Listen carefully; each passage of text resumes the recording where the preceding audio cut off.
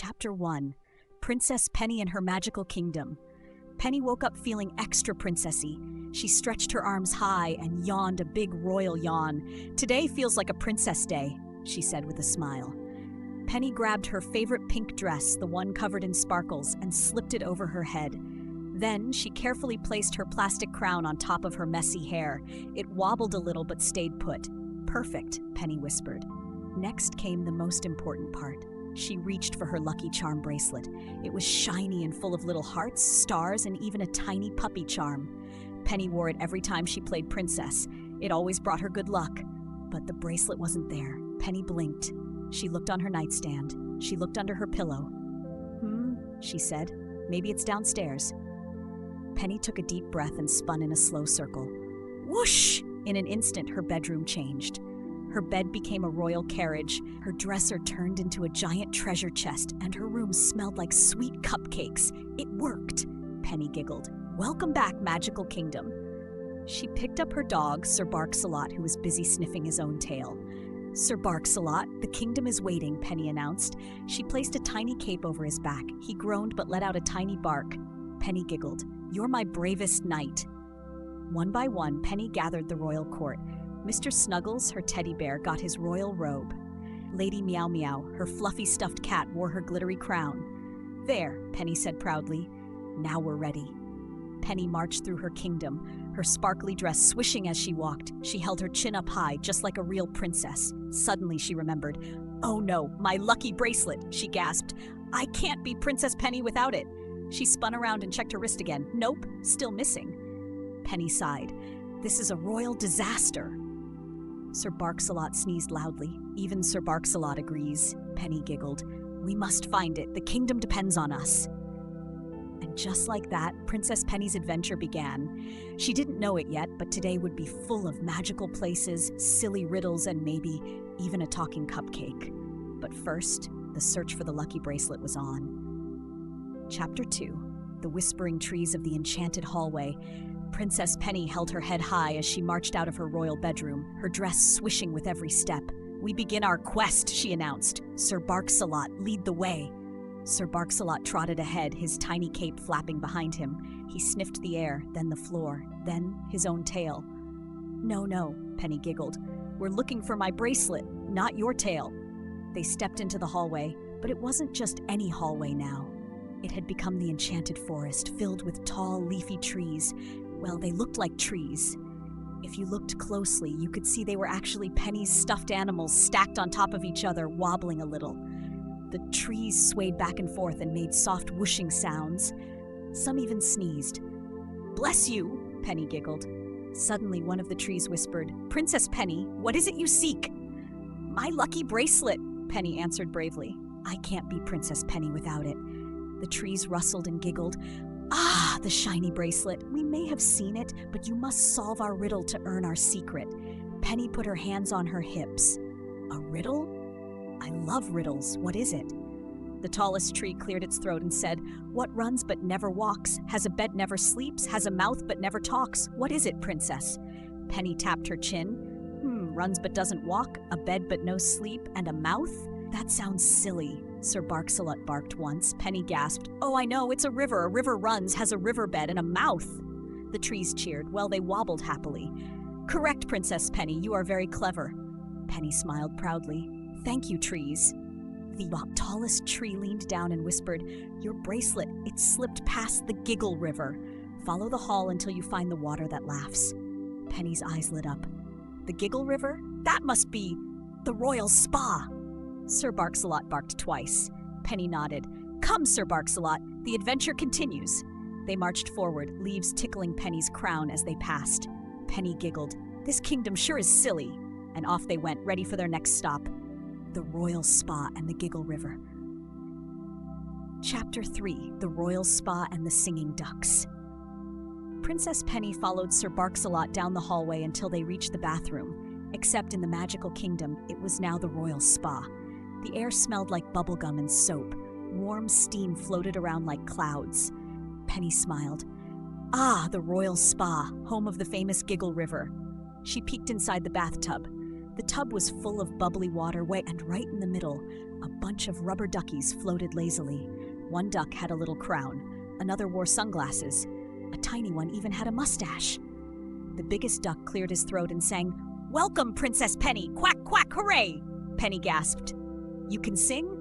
The big duck puffed out his chest. "Of course, I am Sir Quackington, leader of the Royal Singing Ducks. We only sing for very important guests," Penny giggled. "Well, I am very important. I'm on a quest to find my lucky bracelet." Sir Quackington nodded wisely. "Ah, yes, the shiny thing. It came floating by, but the Giggle River is tricky. Things don't stay long." The other ducks giggled and splashed. "Hee! Quack, quack!" Sir Barksalot sniffed the bubbles and sneezed. "Achoo!" Bubbles flew everywhere, even on Penny's nose. She laughed. "Sir Barksalot, you're supposed to sniff out clues, not bubbles." Sir Quackington flapped his wings. "If you want our help, Princess, you must pass the test of the bubbles." Penny stood tall. "I'm ready." Sir Quackington smiled. "All right then, can you catch the golden bubble?" Penny looked up. Among the floating bubbles, one shimmered like gold. It bounced and danced in the air. "I've got this," Penny whispered. She tiptoed, reaching high. The bubble drifted just out of reach. Sir Barksalot barked and jumped, making Penny laugh. The jump sent the bubble floating right into Penny's hands. "I did it!" she cheered. Sir Quackington clapped his wings. "Bravo! You are truly a princess of great skill!" Penny smiled wide. "Now, do you know where my bracelet went?" Sir Quackington nodded. "We saw it float by, but it slipped away toward the Pillow Mountains." "The Pillow Mountains?" Penny gasped. "That's Couchlandia!" Sir Quackington sang, "Hurry, Princess Penny, the Pillow Mountains await. But beware, it's easy to get lost in their squishy lands."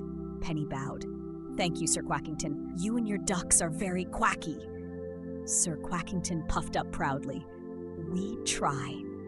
With a giggle, Penny grabbed Sir Barksalot. "Come on, the adventure continues!"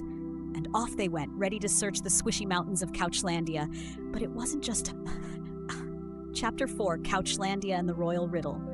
Princess Penny marched into the living room, her dress swishing and her crown wobbling. But it wasn't just a living room anymore. Couchlandia had appeared. Giant mountains made of pillows and soft, squishy blankets stacked high. "This place is huge," Penny whispered, her eyes wide. "I could climb for days." Sir Barksalot wagged his tail and jumped onto a pillow, sinking deep into it like a marshmallow. Only his nose stuck out. Penny giggled. "Careful, Sir Barksalot, these mountains are tricky." Suddenly, two stuffed animals popped out from behind a pillow. It was Mr. Snuggles and Lady Meow Meow, still wearing their royal robes and crowns. "Halt!" squeaked Mr. Snuggles. "No one may pass without answering the royal riddle!" Penny placed her hands on her hips. "Another riddle, oh boy. What is—" Lady Meow Meow cleared her throat dramatically. "Here it is. I speak without a mouth. I hear without ears. I have no body, but I come alive with sound. What am I?" Penny scratched her head.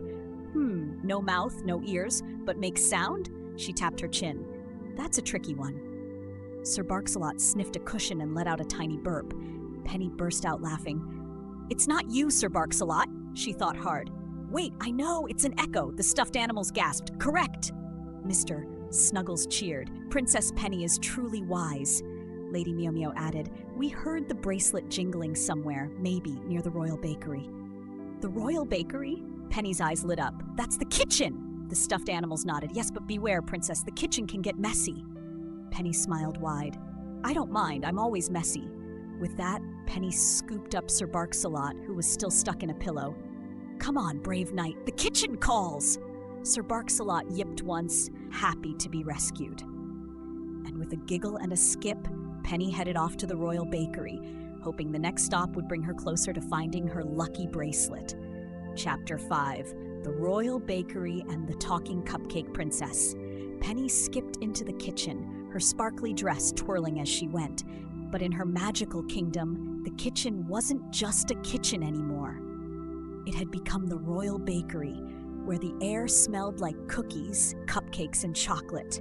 Penny gasped, "Yum, it smells so good in here." Sir Barksalot licked his lips. He trotted forward, nose twitching, sniffing at invisible treats. Flour floated through the air like tiny snowflakes. Somewhere nearby, invisible bakers giggled and whispered, "Bake, bake, bake!"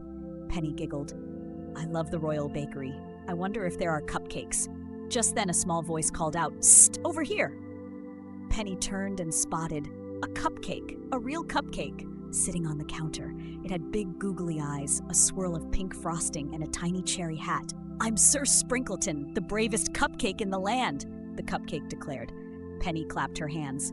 "A talking cupcake? This is the best bakery ever!" Sir Barksalot barked twice, tail wagging. Sir Sprinkleton cleared his throat. "I hear you're looking for a shiny bracelet." "Yes," Penny nodded. "Have you seen it?" Sir Sprinkleton did a little cupcake spin. "Maybe, but I can't just tell you. First, you must pass the Royal Bakery's final challenge." Penny grinned. "What is it?" Sir Sprinkleton pointed to a patch of flour on the floor. "You must cross the Great Flower Slide without falling on your royal bottom." Penny gasped. "The Great Flower Slide?" She took a deep breath, held her arms out, and carefully stepped forward. Swoosh! Her foot slipped, and she slid across the flour with a big whee, landing softly on a pile of napkins. Sir Barksalot barked and tried it too, sliding right past Penny and into a basket. Penny burst out laughing. "That was so fun!" Sir Sprinkleton chuckled. "Well done, Princess Penny. You passed the test. Now tell me, have you seen my bracelet?" Penny asked, sitting up. Sir Sprinkleton nodded. "Indeed. I saw something shiny, and guess what? It's been with your royal knight the whole time." Penny gasped. "Sir Barksalot?" She turned to look, and there it was, her shiny bracelet tangled up in Sir Barksalot's little red cape. "Oh, Sir Barksalot," Penny laughed. "You had it all along." Sir Barksalot wagged his tail proudly like he meant to be the hero. Penny hugged him tight. "You're the best knight ever." Sir Sprinkleton smiled. A quest completed, a bracelet found, and a princess brave and true. Just then, a voice called from above, "Penny, dinner time!" Penny gasped. "That's Mom. It's time to go." She turned to Sir Sprinkleton.